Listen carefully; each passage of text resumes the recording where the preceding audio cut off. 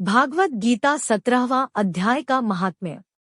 श्री भगवान जी बोले, मंडलीक नाम देश में दुष्सान नाम का राजा था। एक राजा किसी और देश का था। तिन्होंने आपस में शर्त बांधी, हाथी लड़ाए और कहा, जिसका हाथी जीते सो यह अमुक धन लेवे। तब दूसरे राजा का हाथी जीता, दुशासन का हाथी हारा। कुछ दिन पीछे हाथी मर गया। राजा को बड़ी चिंता हुई। एक द्रव्य गया, दूसरे हाथी मरा, तीसरे लोगों की हंसी, इससे निंदा चली। इन्हीं चिंता में राजा मर गया।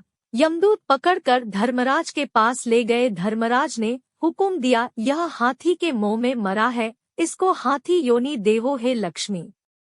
राजा दुशासन संगलदीप में जाकर हाथी हुआ। वहां उस राजा के बहुत हाथी थे। तिनमें आया, उसे पिछले जन्म की खबर थी। मन में बारंबार यही पछतावे कि मैं पिछले जन्म राजा था, अब हाथी हुआ हूँ। बहुत रुदन करे, खावे पीवे कुछ नहीं। इतने में एक साधु आया, तिसने राजा को एक श्लोक सुनाया। राजा बड़ा प्रसन्न हुआ। है संत जी कुछ मांगे, उसने कहा, और मेरे पास सब कुछ है, एक हाथी नहीं है।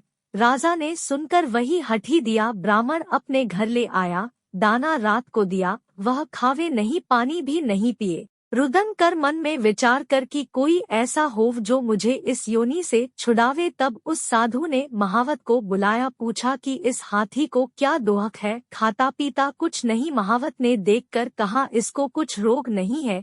तब साधु ने राजा से कहा, हाथी खाता पीता कुछ नहीं, बस रुदन करता है। यह सुनकर राजा आप देखने को आया। राजा ने भले 2 वैद्य बुलाए और महावत को भी हाथी दिखा। उन्होंने देखकर राजाजी से कहा, इसको कोई मानसिक दोहक है, देह को कोई दोहक नहीं।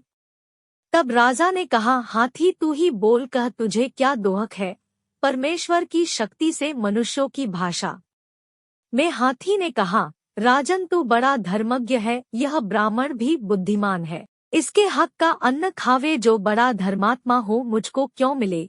तब साधु ने कहा, है राजा अपना हाथी फेर ले। राजा ने कहा, दान किया मैं नहीं फेरता, यह हाथी मरे या जीवे। तब हाथी ने कहा, है संत जी तू मत कल्प, तेरे घर में कोई गीता की पोथी हो तो मुझे 17वें अध्याय का पाठ सुनाओ। तब उस साधु ने ऐसा ही किया। है लक्ष्मी।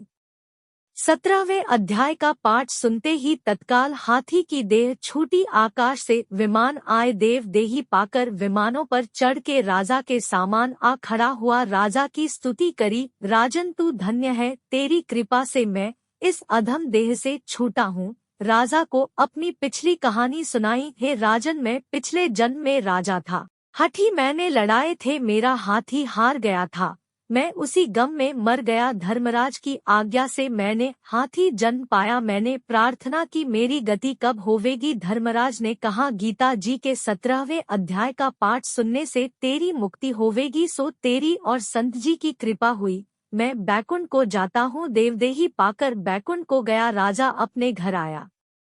17वें अध्याय का महात्म्य समाप्तम।